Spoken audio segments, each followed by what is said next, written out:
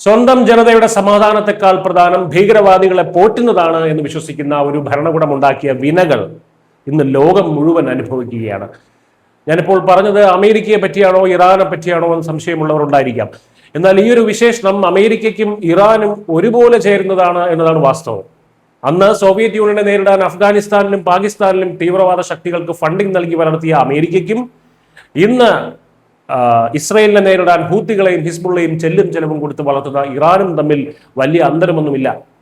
പശ്ചിമേഷ്യയിലെ യുദ്ധഭീതിക്കിടയിൽ ഹോർമൂസ് കടലിടുക്കിൽ കുടുങ്ങിയ 20-ലധികം ഇന്ത്യൻ എണ്ണ ടാങ്കറുകൾ സുരക്ഷിതമായി നാട്ടിലെത്തിക്കാൻ ഇന്ത്യ ഇറാനുമായി നിർണായക ചർച്ചകൾ ആരംഭിച്ചിരിക്കുന്നു എന്നതാണ് ഇപ്പോൾ വരുന്ന ഏറ്റവും സുപ്രധാനമായിട്ടുള്ള വാർത്ത. അമേരിക്കയുടെയും ഇസ്രയേലിന്റെയും ആക്രമണങ്ങളെ തുടർന്ന് ഹോർമൂസ് കടലിടുക്ക് അടച്ചിട്ടിരിക്കുന്ന ഈ ഒരു സാഹചര്യത്തിലാണ് ഇന്ത്യയുടെ ഈ ഒരു തന്ത്രപ്രധാനമായ നീക്കം വരുന്നത്. LNG അഥവാ ദ്രവീകൃത പ്രകൃതിവാതകവും ക്രൂഡ് ഓയിലും വഹിക്കുന്ന ഈ കപ്പലുകൾക്ക് സുരക്ഷിതമായ പാതയൊരുക്കാൻ വിദേശകാര്യമന്ത്രി എസ് ജയശങ്കറും ഇറാൻ വിദേശകാര്യമന്ത്രി അബ്ബാസ് അറാഖ്ചിയും തമ്മിൽ ആശയവിനിമയം നടത്തിക്കഴിഞ്ഞു. കപ്പലുകൾ കടത്തിവിടാൻ ഇറാൻ അനുമതി നൽകിയതായി റിപ്പോർട്ടുകൾ ഉണ്ടെങ്കിലും വിദേശകാര്യ മന്ത്രാലയം ഇതുവരെ ഔദ്യോഗികമായി കൂടുതൽ വിവരങ്ങൾ പുറത്തുവിട്ടിട്ടില്ല.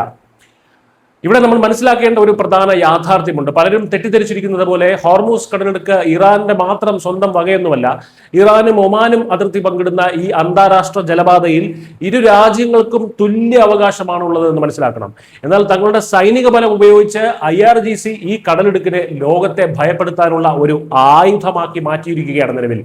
അന്താരാഷ്ട്ര നിയമങ്ങളെ കാറ്റിൽ പറത്തി സമാധാനകാംക്ഷികളായ ഒമാനെ പോലും ഭീഷണിപ്പെടുത്തിക്കൊണ്ട് കപ്പലുകൾക്ക് നേരെ അവർ നിരന്തരം ആക്രമണങ്ങൾ അഴിച്ചുവിടുന്നു. അമേരിക്കയുടെയോ മറ്റു പാശ്ചാത്യ രാജ്യങ്ങളുടെയോ വിദേശ നയങ്ങൾ പൂർണ്ണമായും ശരിയായിരിക്കണമെന്നില്ല, നമുക്കതിനോട് യോജിക്കേണ്ട ആവശ്യവുമില്ല. എന്നാൽ സ്വന്തം ജനങ്ങളെ അടിച്ചമർത്തിക്കൊണ്ട് ഇത്തരം തീവ്രവാദ നടപടികളും പ്രോക്സി യുദ്ധങ്ങളും നടത്തുന്ന ഖമേനി ഭരണകൂടമാണ് യഥാർത്ഥത്തിൽ പശ്ചിമേഷ്യയുടെ സമാധാനത്തിന് ഏറ്റവും വലിയ ഭീഷണി എന്ന് പറയേണ്ടി വരും. അവരുടെ ഈ യുദ്ധവെറിയുടെ യഥാർത്ഥ ഇരകൾ സ്വേച്ഛാധിപത്യത്തിന് കീഴിൽ ശ്വാസം മുട്ടുന്ന ഇറാനിലെ നിരപരാധികളായ സാധാരണ പൗരന്മാർ മാത്രമല്ല.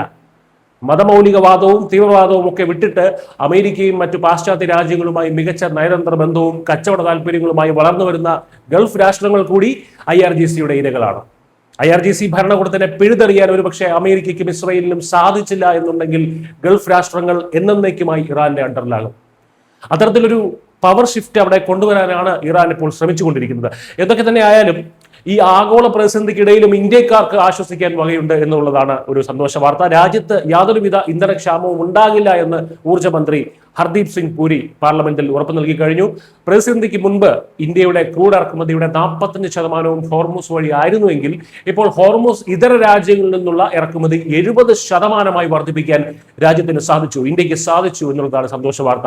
എണ്ണ ശുദ്ധീകരണശാലകൾ പലതും 100%-ലധികം ശേഷിയിൽ പ്രവർത്തിക്കുകയാണ്. രാജ്യത്ത് പെട്രോൾ ഡീസൽ വിതരണം പൂർണ്ണമായും സുരക്ഷിതമാണ്.